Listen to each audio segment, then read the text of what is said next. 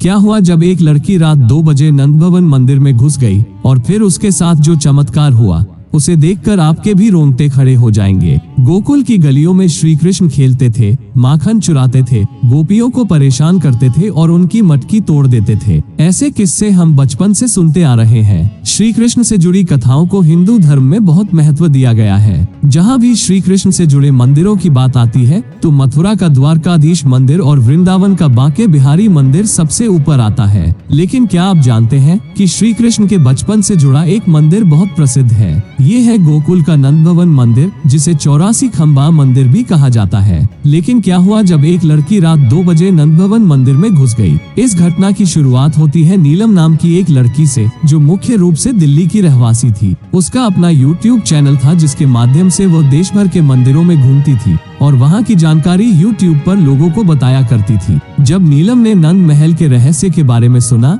तो उसके भी रोंगटे खड़े हो गए। बताया जाता है कि इस मंदिर को नंद भवन, नंद महल और 84 खंबा मंदिर जैसे कई नामों से जाना जाता है। इस मंदिर का नाम 84 खंबा मंदिर इसलिए रखा गया क्योंकि यह मंदिर 84 खंभों पर टिका हुआ है। मंदिर की दीवारें कृष्ण की तस्वीरों और पेंटिंग से भरी पड़ी है और कृष्ण के बचपन से जुड़े कई किस्से इन दीवारों के जरिए आप यहाँ पर देख सकते हैं। नंद बाबा के मंदिर से जुड़ी एक कहानी बताई जाती है, जिनमें कहा गया है कि भगवान श्री कृष्ण अपने माता पिता को 4 धाम की यात्रा का सुख गोकुल में ही देना चाहते थे। इसीलिए उन्होंने भगवान विश्वकर्मा से कहा था कि उनके घर में 84 खंबे लगा दें। इस पर विश्वकर्मा जी ने कहा था कि इन खंभों को कलयुग में कोई गिन नहीं पाएगा। इसीलिए यह मान्यता चली आ रही है कि अगर आप इस मंदिर के दर्शन करेंगे तो यहाँ पर आपको 4 धाम की यात्रा का फल मिलेगा और साथ ही साथ आप इस मंदिर के खंभों को कभी गिन नहीं सकते। मान्यता है कि यहाँ या तो खंभा ज्यादा गिनती में आ जाएगा या फिर एक खंभा कम।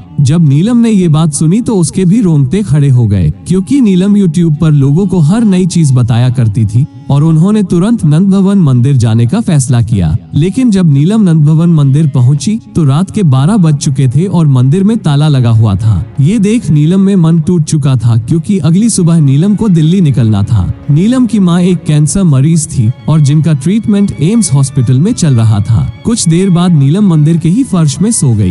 रात 2 बजे जब नीलम की आंख खुली तो नीलम ने देखा कि मंदिर के कपाट खुले हुए थे, जैसे कि भगवान श्री कृष्ण खुद नीलम को अपने दर्शन करने बुला रहे हो। जिसके बाद नीलम ने नंद गोपाल के अच्छे तरह से दर्शन किए, जैसे साक्षात नंद गोपाल पालकी में विराजे हुए थे।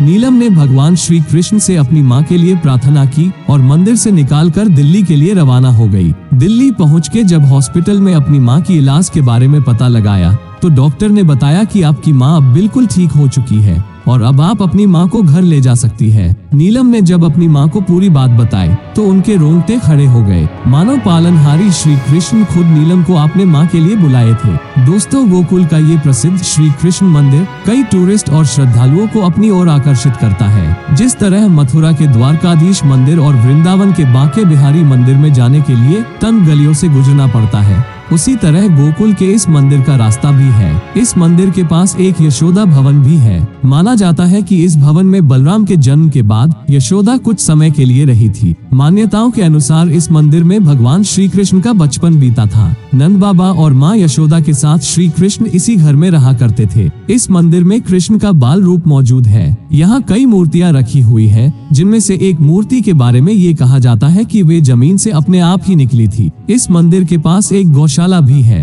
अब आप सोचेंगे कि आखिर इस मंदिर में 84 खंबे ही क्यों हैं? तो इसका जवाब उन पौराणिक कथाओं में मिलता है जो इस मंदिर की स्थापना के बारे में बताती है। मान्यताओं के अनुसार क्योंकि हिंदू धर्म में 84 लाख वर्णों का जिक्र है, जिनसे होकर गुजरने के बाद जीव को मनुष्य रूप मिलता है, इसीलिए इस मंदिर में 84 खंबे लगाए गए हैं जो पूरी संसार में मौजूद जीवन के बारे में बताते हैं। इस मंदिर तक पहुंचने के लिए पहाड़ी पर थोड़ी सी चढ़ाई करनी पड़ती है। कहते हैं कि मथुरा गोकुल के बेहद नजदीक होने के कारण कंस के राक्षस गोकुल वासियों को परेशान किया करते थे और भगवान श्री कृष्ण ने अपने कुलगुरु गर्गाचार्य से सलाह लेकर अपने परिवार और गोकुल वासियों को लेकर नंदीश्वर पर्वत पर चले गए थे, जहां नंद बाबा ने नंद गांव बसाया था। क्योंकि यह जगह ऐसा क्षेत्र है जहां कंस के राक्षसों को शांडिल्य मुनि का श्राप था कि जो भी नंदगांव की सीमा के अंदर आ जाएगा वो पत्थर का बन जाएगा और यही कारण था कि श्री कृष्ण अपने सभी गोकुल वासियों के साथ नंदगांव आ गए थे। चलिए अब आपको यहाँ मौजूद कुछ ऐसी जगहों के बारे में बताते हैं जो आपकी स्मृति को कान्हा की लीलाओं के समय में पहुँचा देंगे। यहाँ एक वन है जिसे हाव वन कहते हैं। मान्यताओं के अनुसार नंद महल से माता यशोदा स्नान करने के लिए यहाँ आती थी और कान्हा जब छोटे थे तो कान्हा को साथ लेकर आती थी। कंस के जो राक्षस थे उन्हें शांडिल्य मुनि का श्राप था कि जो भी नंदगांव की सीमा के अंदर आ जाएगा वो पत्थर का बन जाएगा। इसी वजह से जो राक्षस आते थे वो भगवान श्री कृष्ण को बाहर से ही डराते थे। भगवान श्री कृष्ण ने जितने भी राक्षसों का वध किया वो नंदगांव के बाहर किए थे और जो राक्षस नंदगांव में प्रवेश कर गया वो पत्थर का बन गया था। दही माठ तकरीबन 150 मीटर की दूरी पर आपको गांव के अंदर दही माठ देखने को मिलेगा। यह माठ माता यशोदा का है। इस माठ की गहराई करीबन 7 फीट के करीब है और ऐसा कहा जाता है कि माँ यशोदा इस माठ में दूध और दही रखा करती थी। माता यशोदा के पास ऐसे 7 माठ थे जिनमें से 6 को भगवान श्री कृष्ण ने माखन मिश्री प्राप्त करने के लिए तोड़ दिया था और ये बचा हुआ 7वां माठ है जो आज तक माता यशोदा की निशानी के रूप में यहाँ बचाकर रखा गया है। गाय के खूंटे करीबन 500 मीटर की दूरी पर नंद भवन के तीसरे रास्ते पर स्थित है।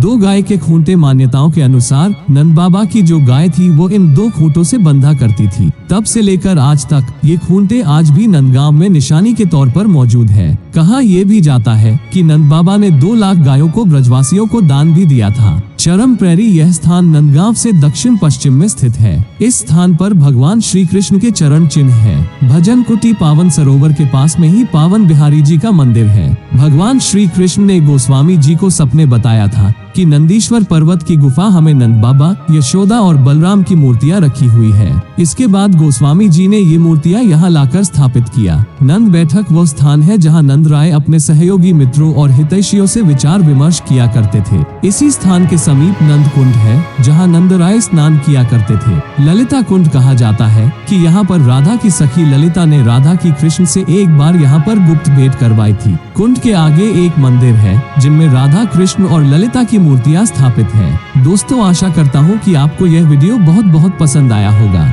अगर आपने कभी नंदगांव के दर्शन किए हैं तो इससे जुड़े सभी अनुभव हमसे जरूर शेयर कीजिएगा। इस वीडियो से जुड़े कोई भी सवाल अगर आपके मन में है तो हमें कमेंट बॉक्स के माध्यम से जरूर लिखिएगा। वीडियो अगर पसंद आए तो लाइक, शेयर और हमारे चैनल अद्भुत भारत दर्शन को सब्सक्राइब कर बेल आइकॉन को प्रेस करना मत भूलिएगा। अभी के लिए आप सभी दर्शकों को हर हर महादेव।